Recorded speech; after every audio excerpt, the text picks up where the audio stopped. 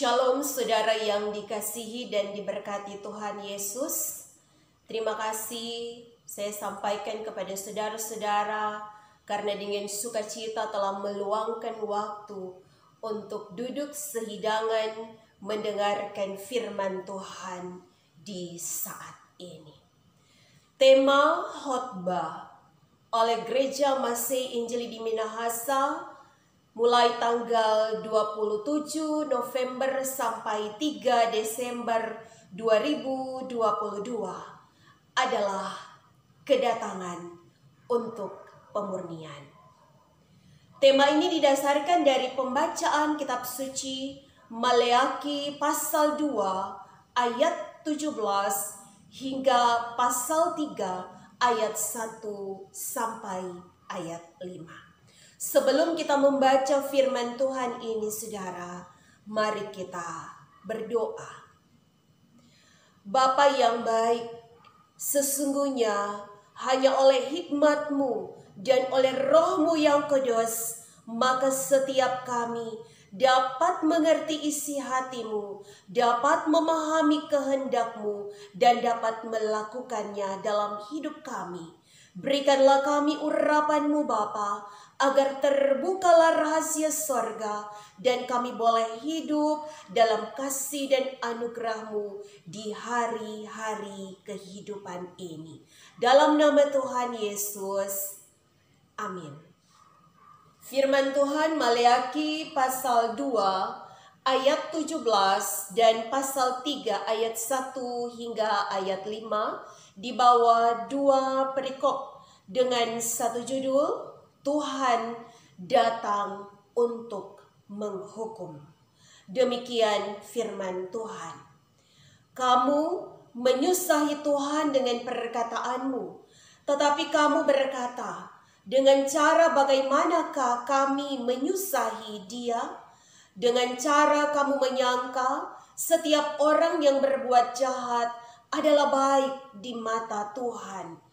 Kepada orang-orang yang demikianlah Ia berkenan, atau jika tidak, di manakah Allah yang menghukum? Aku akan mendekati kamu untuk menghakimi dan akan segera menjadi saksi terhadap tukang-tukang sihir, orang-orang berzina, dan orang-orang yang bersumpah dusta, dan terhadap orang-orang yang menindas orang upahan, janda dan anak piatu, dan yang mendesak ke samping orang asing dengan tidak takut kepadaku. Firman Tuhan semesta alam.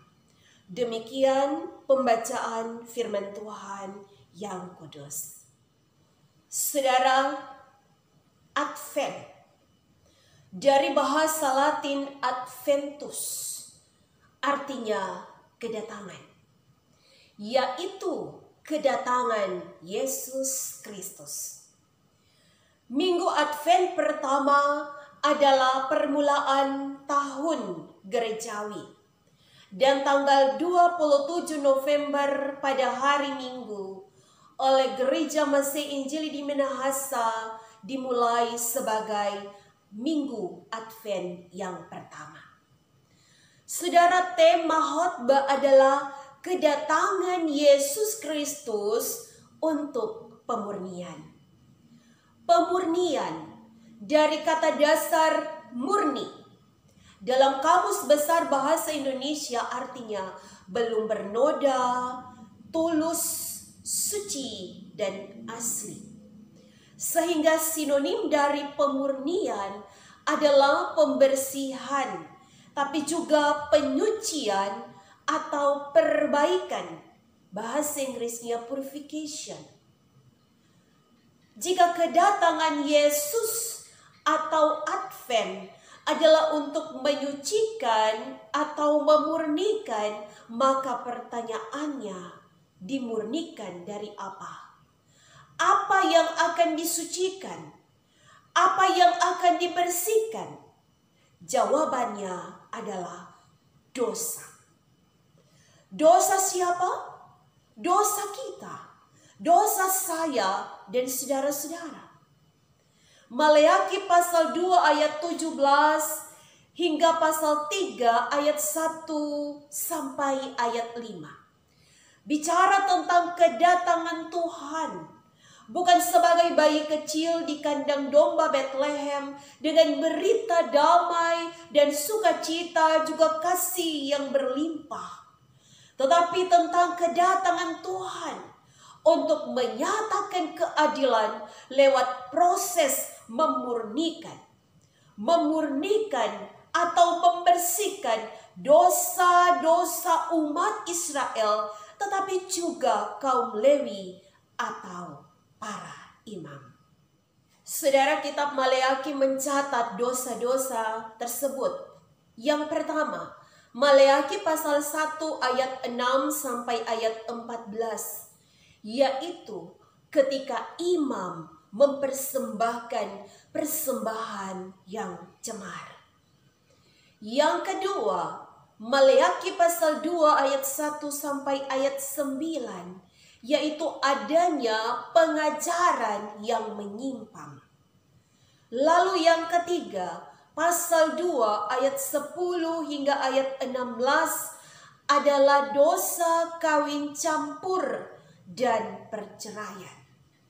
Yang keempat, pasal 3 ayat 6 sampai ayat 12, yaitu tidak memberikan persembahan perpuluhan.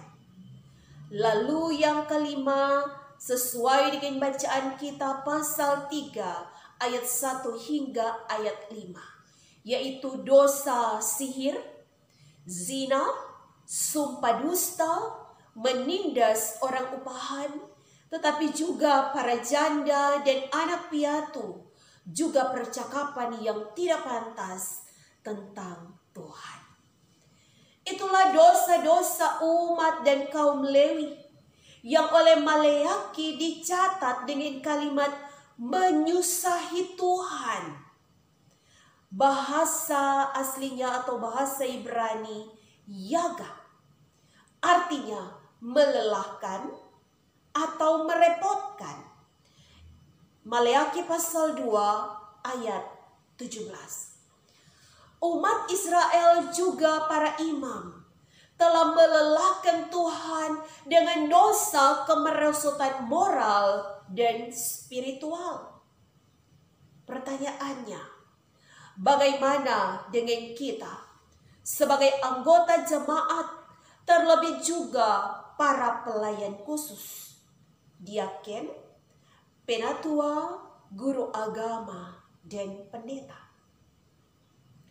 Ketika di hari Minggu tanggal 27 November sebagai hari Minggu Advent yang pertama sebelum perayaan Natal, menjadi sangat penting bagi kita untuk mencatat, untuk merenungkan apakah dosa-dosa umat Israel di zaman kitab Maleaki juga ada dalam daftar dosa dan pemberontakan kita.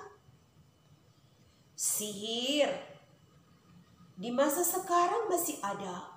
Ketika kita lebih mempercayai kekuatan-kekuatan magis, kemudian mengunjungi tempat-tempat yang kita anggap gaib, lalu kita berdoa memohon kekuatan, memohon keberuntungan.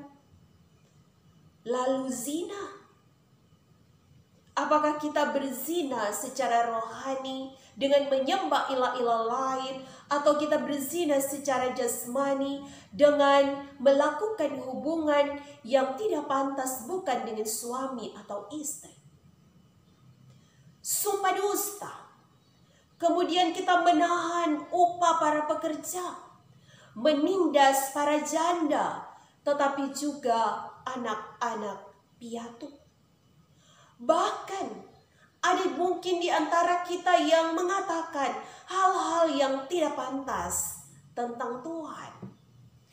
Saudara, contoh konkret ketika Maleaki pasal 2 ayat 17, orang Israel, mereka berkata, "Kiapa dorang itu tidak menyembah Tuhan, tetapi hidup mereka baik-baik saja, bahkan mereka diberkati dengan harta, lalu saya yang menyembah Tuhan ini justru menderita."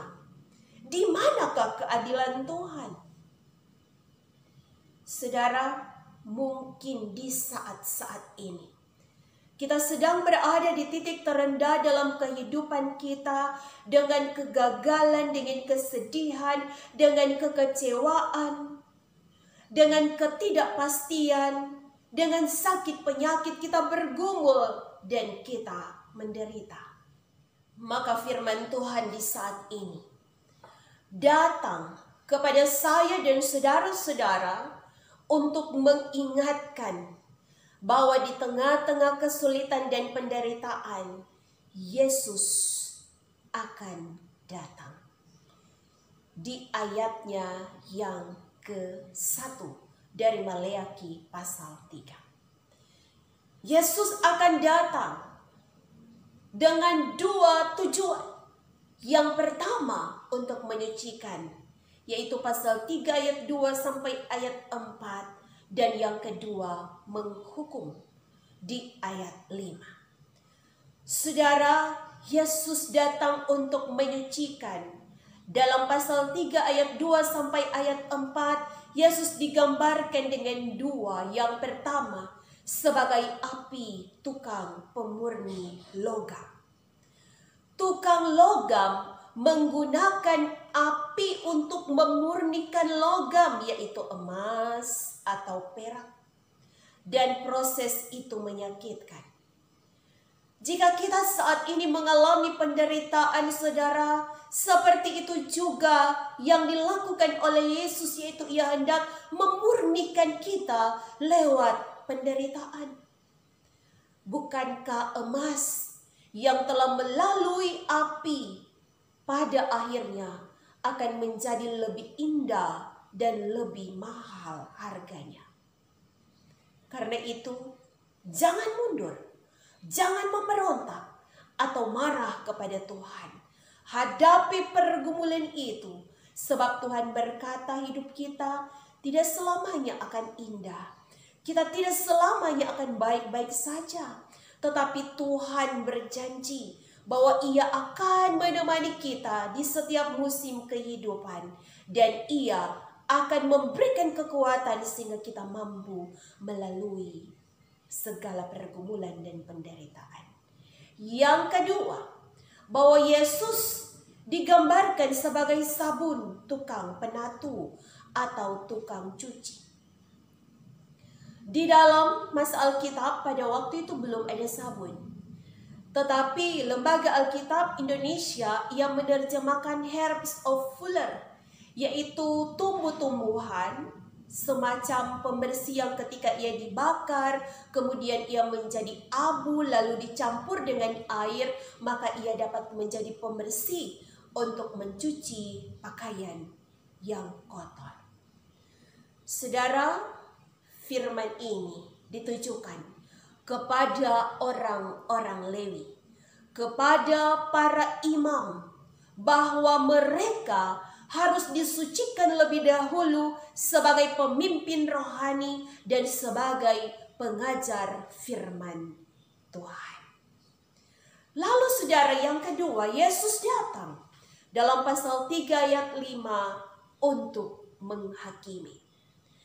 Allah akan datang sebagai saksi, bukan saksi yang meringankan atau untuk membela, tetapi memberatkan dan menantang semua pendosa. Mengapa? Karena Israel penuh dengan dosa. Karena kita selalu hidup dan mengulang-ulang dosa yang sama.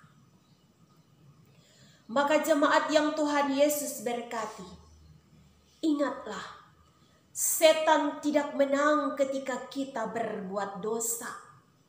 Setan menang ketika kita berpikir Allah tidak peduli pada kita.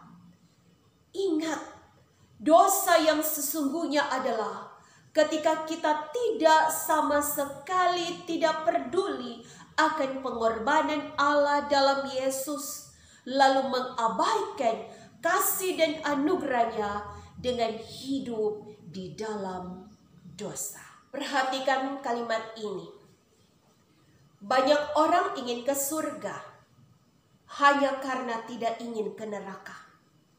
Lalu berkata, kalau ada tempat ketiga yang tidak ada aturan dan bisa sekehendak hati atau semau gue, maka saya tidak ingin ke surga juga ke neraka.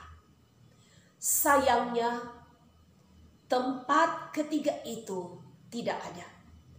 Kekekalan dicatat oleh kitab suci hanya ada dua, yaitu hidup kekal di sorga atau mati kekal di neraka.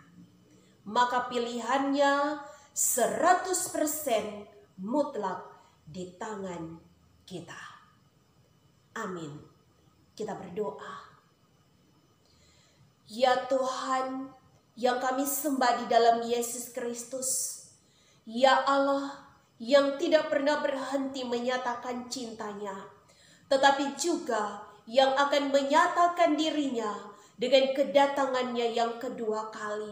Maka persiapkanlah setiap kami ketika firman-Mu diperdengarkan, untuk kami membaharui kehidupan, untuk kami belajar selalu menjadi murid yang taat dan setia, untuk kami melakukan hal-hal yang menyenangkan hati Tuhan. Diberkatilah para pendengar, tetapi juga hamba-Mu ini. Di dalam nama Tuhan Yesus, haleluya, amin.